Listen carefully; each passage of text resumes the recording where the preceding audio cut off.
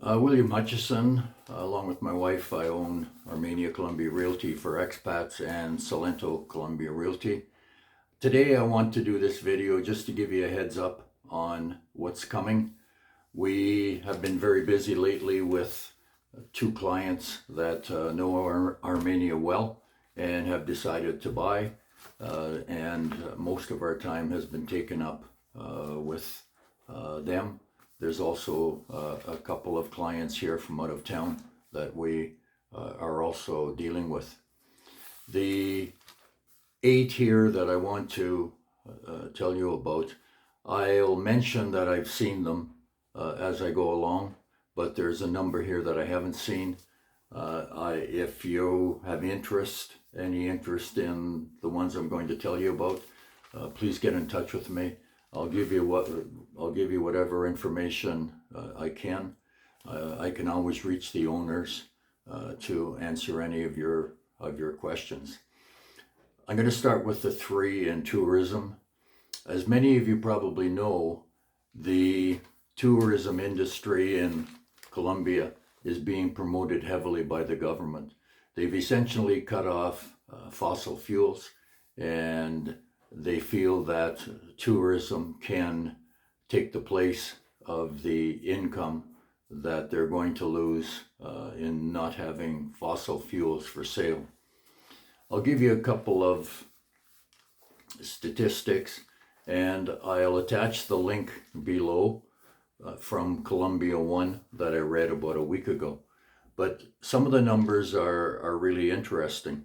Tourism right now, last year, brought in $14.5 billion, and that was 4.5% of the country's GDP. There was almost 6 million tourists, and that was up from 4.2 million in 2019. Not a huge increase over 3 years, but an increase just the same.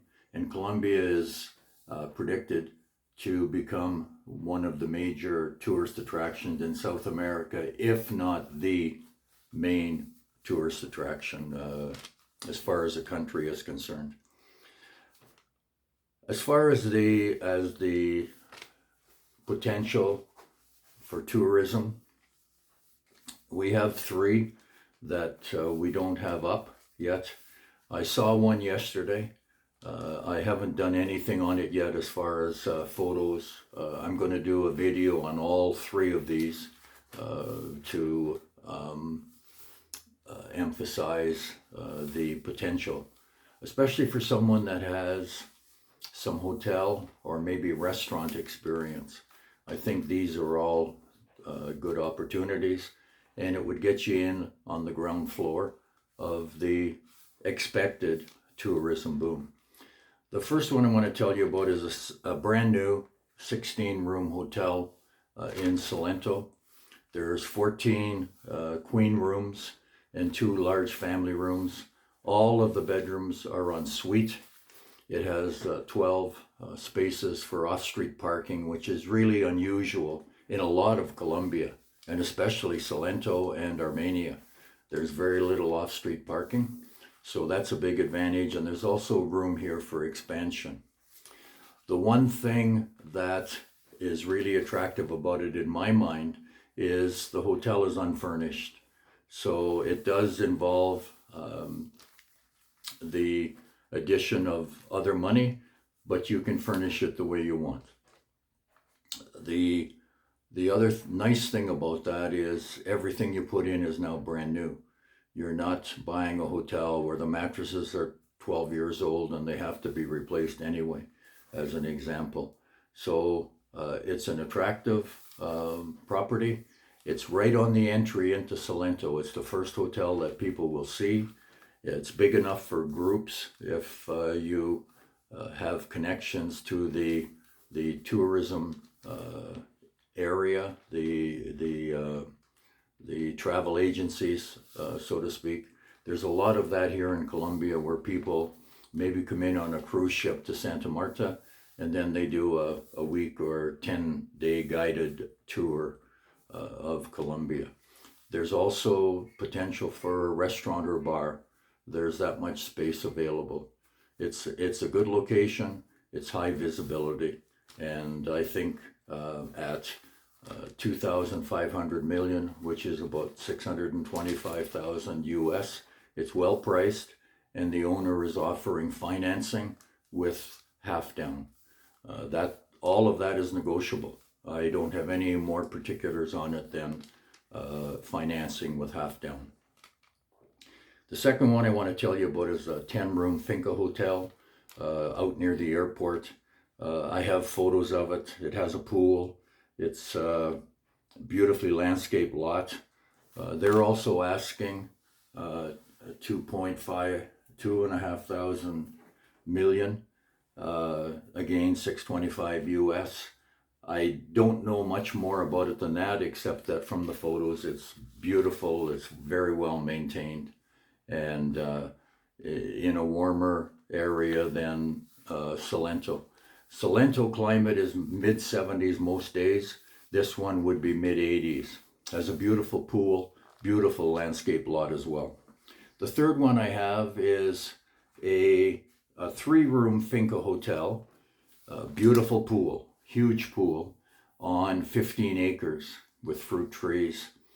The potential here is for expansion if you wanted to, but in the longer term, there's development out there, and you could sever lots. The size of the finca would give you perhaps 10 or 12 lots, depending on what the rural zoning is. Rural zoning here varies greatly from maybe 4,000 square meters to 6,400 square meters, and this lot is about 58,000 square meters. You have to subtract a little for roads, but whatever you have left is subdividable. So there's longer term potential here where you could take the excess land, divide them into lots, sell them, but keep the home and the 3 rentable rooms. 2 are completely, well, all 3 are completely separate from the home, and the large pool, and operated as an Airbnb or a small finca hotel. The fourth one I want to tell you about is not in the area here. It's a 4-bedroom, 4-bath condo in Girardot, which is perhaps a couple hours from Armenia, in the best barrio in Girardot. The one thing that you have to know about Girardot is it's very warm. It's kind of the coastal climate in an inland city, and most days into the mid-90s, and then drops to the low 70s in the evening. Air conditioning there is a must. There's no question about that. The other 4 we have, and again, I haven't seen any of these. We have 2 condos and a 3,000 square foot home in Armenia, and we have a 7-acre finca type lot, no home, just a lot as well. All of these, if you're looking for those particular areas, tourists, a private home, maybe a condo, they'll be up in the next 10 days, I hope. It's going to take a little bit of effort to get out and get photos and so on. I'm going to do videos on the first 3 for tourism, and it should give you a good indication of what there is for sale. William Hutchison, Armenia Colombia Realty for Expats, and Salento Colombia Realty.